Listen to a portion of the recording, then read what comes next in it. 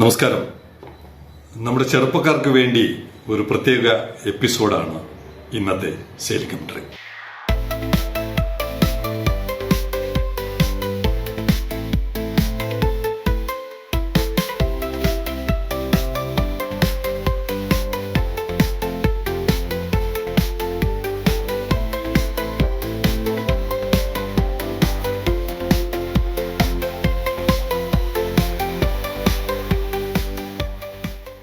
ശ്രീനാഥൻ ഓർമ്മയുണ്ടല്ലോ, ഓടി നടന്ന ട്രിവാൻഡ്രം ട്രാക്കത്തോണിൽ എനിക്ക് തോന്നുന്നു റെയിൽവേ വാഗൺ അതല്ലാതെ കണ്ടെയ്നറുകൾ അയച്ചിട്ടുള്ളതിൽ ഏറ്റവും കൂടുതൽ ശ്രീനാഥായിരിക്കും അയച്ചിരിക്കുന്നത്.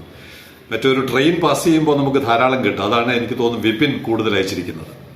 എന്തായാലും കുറച്ച് ദിവസമായിട്ട് ശ്രീനാഥ് ഇനാക്റ്റീവ് ആയിരുന്നു, ഒന്നും അയക്കുന്നില്ലായിരുന്നു. പെട്ടെന്ന് 2-3 കണ്ടെയ്നറിന്റെ ഫോട്ടോ അയച്ചപ്പോൾ ഞാൻ ചോദിച്ചു എവിടെയായിരുന്നു, ഇത്രയും ദിവസം കാണാനില്ല കേൾക്കാനില്ല.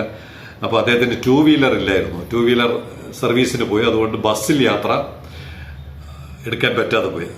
വീണ്ടും സ്കൂട്ടർ തിരിച്ചു കിട്ടിയപ്പോൾ അദ്ദേഹം 2 കണ്ടെയ്നർ, ഒരു കമ്പനിയുടെ തന്നെ വമ്പൻ കമ്പനികൾ നമ്മൾ കണ്ടിട്ടുണ്ട്, MSC, mask, CMSC, GM, evergreen ഒക്കെ കണ്ടിട്ടുണ്ട്. പക്ഷേ താരതമ്യേന ഒരു ചെറിയ കമ്പനിയുടെ 2 കണ്ടെയ്നറുകൾ നമ്മുടെ പോർട്ടിന്റെ പരിസരത്ത് വെച്ച് അദ്ദേഹം എടുത്തയച്ചപ്പോൾ ഒരു കഥ പറയണമെന്ന് തോന്നി. ആ കഥ നമ്മുടെ ചെറുപ്പക്കാർക്ക്, അല്ലെങ്കിൽ നമ്മുടെ തുറമുഖവുമായി ബന്ധപ്പെട്ട് പല സ്വപ്നങ്ങൾ കണ്ടുകൊണ്ടിരിക്കുന്നവർക്ക് പ്രയോജനം ചെയ്യുന്ന ഒരു കഥയാണ്. കണ്ടെയ്നർ ഏതാണെന്ന് അറിയണ്ടേ? സാധാരണ നമ്മൾ കണ്ടെയ്നറുകളുടെ പേരൊന്നും പറയാറില്ല. ഒരു കമ്പനിയെയും നമുക്ക് അതൃപ്തിപ്പെടുത്തേണ്ട കാര്യമില്ല. പക്ഷെ ഇത് നമ്മൾ പേര് പറയുന്നത് ഈ കമ്പനിയെ കുറിച്ച് കുറച്ച് പറയണം. അപ്പൊ കമ്പനിയുടെ പേര് പറയാതെ നമുക്കത് പറയാൻ പറ്റില്ല. അതുകൊണ്ട് VS&B എന്നാണ് കമ്പനിയുടെ പേര്. അത് 3 പേരുകളാണ്: വിനയ്, സുജാത ആൻഡ് ബിജോയ്. 3 മലയാളികളാണ്, ഒന്നാം തരം മലയാളികളാണ്. എന്താണ് അവരുടെ പ്രത്യേകത? അവരുടെ പേരിലുള്ളതാണ് ഈ കണ്ടെയ്നർ. ഒരു മലയാളി കുടുംബം ലോകത്തിൽ അത്ര വലിയ നമുക്ക് മാസ്കിനെ പോലെയോ MSC പോലെയോ ഒന്നും പറയാൻ പറ്റില്ലെങ്കിലും കണ്ടെയ്നർ മേഖലയിൽ ഒരു മേൽവിലാസം സൃഷ്ടിച്ചവരാണ് VS&B എന്ന് പറയുന്ന ഗ്രൂപ്പും കമ്പനിയും. വളരെ ലളിതമായ തുടക്കമാണ്. അതുകൊണ്ടാണ് ഞാൻ പറഞ്ഞത് നമ്മുടെ ചെറുപ്പക്കാർ ഇതൊന്ന് ഒരു പാഠമാക്കണം. കോളേജിൽ പഠിക്കുന്ന കാലം മുതലേ നമ്മൾ ഇതിന്റെ ഒരു സ്വപ്നങ്ങൾ കാണും. ഒരു വ്യവസായം അച്ഛനും അമ്മയും അപ്പൂപ്പനും അമ്മുമ്മയും ഒന്നും ബിസിനസ്സിലില്ലെങ്കിൽ തുടക്കക്കാരായ തലമുറയ്ക്ക് ഏറ്റവും കുറഞ്ഞത് 20-30 വർഷം എടുക്കും ഒന്ന് എസ്റ്റാബ്ലിഷ് ചെയ്ത് ഒരു വ്യാപകമായ രീതിയിൽ ഒരു ബിസിനസ് സ്ഥാപിച്ചെടുക്കാൻ. അപ്പൊ കോളേജ് പഠിക്കുന്നവർക്ക് നമ്മുടെ തുറമുഖത്തെ അധിഷ്ഠിതമായി ഒരു ബിസിനസ് ചെയ്യണമെങ്കിൽ VS&Bയുടെ വളർച്ച ഒരു പാഠമാണ്, നല്ല ഒരു അനുഭവമായിരിക്കും. നമ്മുടെ തുറമുഖം നമ്മളെ ആഗോള വിശ്വ പൗരന്മാരാക്കുമെന്ന് വളരെ പണ്ട് മുതലേ പറയാറുണ്ട്. ഇവിടെ ഈ കമ്പനി VS&B എന്ന് പറയുന്ന കമ്പനി ഇപ്പോൾ എത്തി നിൽക്കുന്ന രാജ്യങ്ങൾ Singapore, south Africa, Germany, Indonesia, Australia, UAE, Saudi Arabia, India and America. ഇത്രയും രാജ്യങ്ങളിൽ ഒരു മലയാളി സംരംഭം അതിന്റെ ഫുട് പ്രിന്റ്സ് പതിപ്പിച്ചിട്ടുണ്ട്. തുടക്കം ശ്രീ ബിജോയ് ആണ്.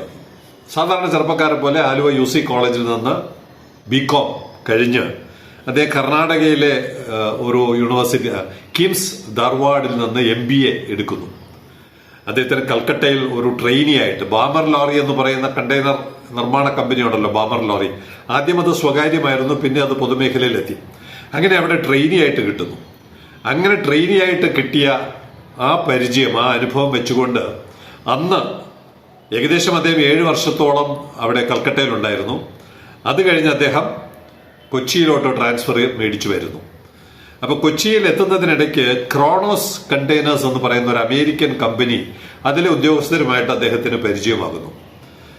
അങ്ങനെ അവർ ഈ ക്രോണോസ് എന്ന് പറയുന്ന കണ്ടെയ്നർ കമ്പനി, അമേരിക്കൻ കമ്പനി, അവർക്ക് നേരിട്ട് അവരുടെ കാര്യങ്ങൾ ഇവിടെ നടപ്പാക്കാൻ പ്രായോഗികമായി ബുദ്ധിമുട്ട് വരുന്നതുകൊണ്ട് ഒരു ഘട്ടത്തിൽ അവർ ചോദിച്ചു, ശ്രീ ബിജോയോട് ചോദിച്ചു. അപ്പോൾ ബിജോയ് അത്തരത്തിലൊരു ഇംപ്രഷൻ, ഒരു റെപ്യൂട്ടേഷൻ ഒരു വ്യക്തി എന്നുള്ള നിലയ്ക്ക് അവരുമായി സ്ഥാപിച്ചിട്ടുണ്ട്. അതിന്റെയൊക്കെ ഗുണപാഠം അദ്ദേഹം പറയുന്നുണ്ട്.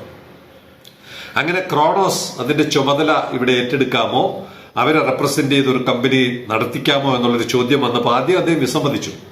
ബിജോയ് പറഞ്ഞു, എനിക്കങ്ങനെ വലിയ ബിസിനസ് പരിചയമൊന്നുമില്ല, അതിന് പറ്റിയ സാമ്പത്തികമൊന്നുമില്ല, പക്ഷേ അദ്ദേഹത്തിന്റെ ആത്മാർത്ഥതയിൽ, അദ്ദേഹത്തിന്റെ ആ ക്വാളിറ്റിയിൽ കമ്പനിക്ക്, ക്രോണോസിന് ഇംപ്രഷൻ ഉണ്ടായി, ഇംപ്രസീവായി. അതുകൊണ്ട് അവർ പറഞ്ഞു, പൈസയും മറ്റു കാര്യങ്ങളൊന്നുമില്ല, നിങ്ങൾ വില്ലിങ് ആണെങ്കിൽ ബാക്കി കാര്യങ്ങളൊക്കെ ഞങ്ങൾ നോക്കിക്കോളാം. ഗുണപാഠം 1. അങ്ങനെ അദ്ദേഹം പിന്നെ ഏകദേശം 18 വർഷത്തെ സർവീസ് കഴിയുമ്പോൾ കൊച്ചിയിൽ വെച്ച് അദ്ദേഹം സ്വന്തമായിട്ട് കമ്പനി സ്ഥാപിക്കുകയാണ്. ഈ ഉറപ്പിന്റെ പുറത്ത് ക്രോണോസിന്റെ റെപ്രസെന്റേഷൻ, ഇന്ത്യയിലെ പ്രവർത്തനം എന്നുള്ള നിലയ്ക്ക് കമ്പനി ആരംഭിക്കുന്നു, VS&B. അപ്പോഴത്തേക്കും മകൻ വിനയ്, ഭാര്യ സുജാത, പിന്നെ ബിനോയ്. അപ്പൊ 3 പേരുണ്ട്. അപ്പൊ അവർക്ക് മക്കൾ ഒരാൾ കൂടെ ഉണ്ട്, ഷാന പൗലോസ് മകളാണ്. പക്ഷെ തുടക്കം തൊട്ടേ ഷാന ഈ കമ്പ്യൂട്ടർ ഗ്രാഫിക്സ് മേഖലയിലോട്ട് പോയതുകൊണ്ട് കണ്ടെയ്നറിൽ താല്പര്യം കാണിച്ചിട്ടില്ല. അതുകൊണ്ടാണ് 3 പേരായിട്ട് അത് ചുരുങ്ങിയത്. അങ്ങനെയുള്ള കണ്ടെയ്നർ ബിസിനസ്സിലോട്ട് ഈ ക്രോണോസ് കണ്ടെയ്നേഴ്സ് എന്ന് പറയുന്ന സ്ഥാപനത്തിന്റെ ഏജൻസി എന്നുള്ള നിലയ്ക്കുള്ള പ്രവർത്തനവുമായിട്ട് മുന്നോട്ട് പോയി പതുക്കെ വളരാൻ തുടങ്ങി. ഇന്ത്യയിൽ തുടങ്ങി, ഇന്ത്യ കഴിഞ്ഞിട്ട് പിന്നെ നേരത്തെ പറഞ്ഞ അതുപോലെ അയൽ രാജ്യങ്ങളിലോട്ടൊക്കെ വ്യാപിച്ചു. ഒരു ഘട്ടമായപ്പോൾ ഈ ക്രോണോസ് അവര് ഒരു ചൈനീസ് കമ്പനിക്ക് ഇത് ക്രോണോസ് വിറ്റപ്പോൾ വേണമെങ്കിൽ ശ്രീ ബിജോയ്ക്ക് അതോടൊപ്പം ചേരാമായിരുന്നു.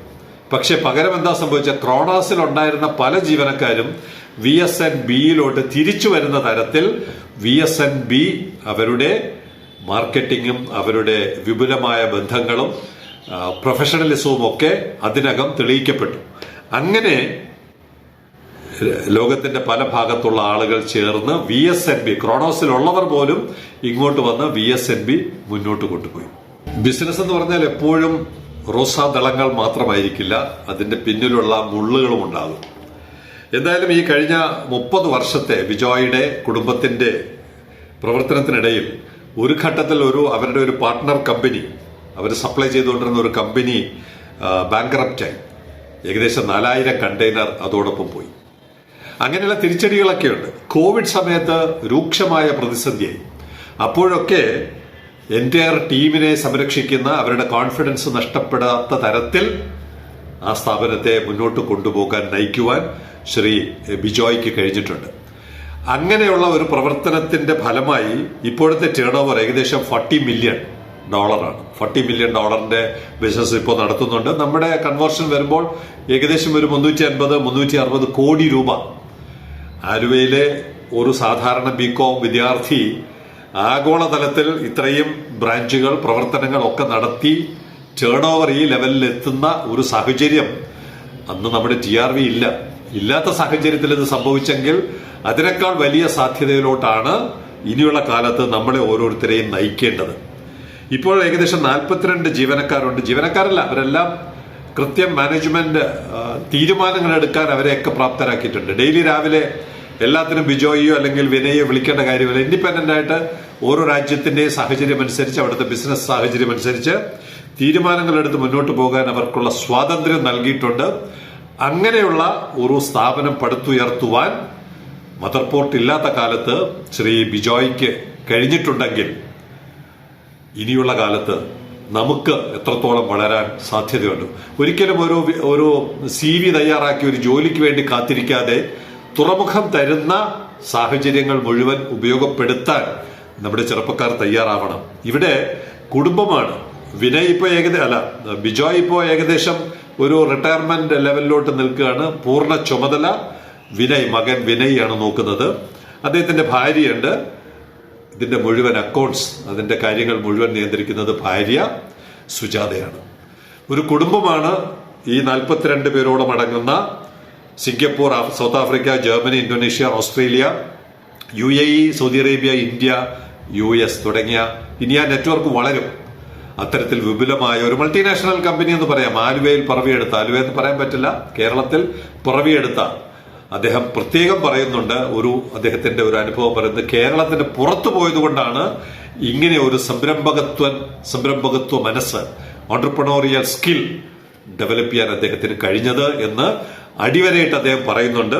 പക്ഷെ എല്ലാ കാലത്തും നമ്മൾ അങ്ങനെ ഒരു നെഗറ്റീവ് ചിന്ത വേണ്ട. കേരളത്തിൽ നമുക്ക് പുതിയ മാറ്റങ്ങൾ ഉണ്ടാക്കാനും വളരാനും കഴിയുന്ന തരത്തിൽ മുന്നോട്ട് പോകാൻ നമ്മുടെ ഈ സംരംഭകത്വം നമ്മുടെ തുറമുഖം നമുക്ക് നൽകും. അതുകൊണ്ട് ഈ കഥ അങ്ങനെയാണ് VSNBയുടെ 2 കണ്ടെയ്നറുകളെ ഒരുമിച്ച് ശ്രീനാഥ് ചിത്രത്തിൽ പകർത്തി അയച്ചപ്പോൾ നേരത്തെ ന്യൂസ് ലെറ്റർ ഈ കഥ ചെയ്തിട്ടുണ്ട്, റിപ്പോർട്ട് ചെയ്തിട്ടുണ്ട്, പക്ഷേ വിഷ്വൽ മീഡിയയിൽ ചെയ്തിട്ടില്ല. അതുകൊണ്ടാണ് ഈ സന്ദർഭത്തിൽ VSNBയുടെ ഈ മികവാർന്ന പ്രവർത്തനം, ആ കുടുംബത്തെ നമ്മൾ സല്യൂട്ട് ചെയ്യണം.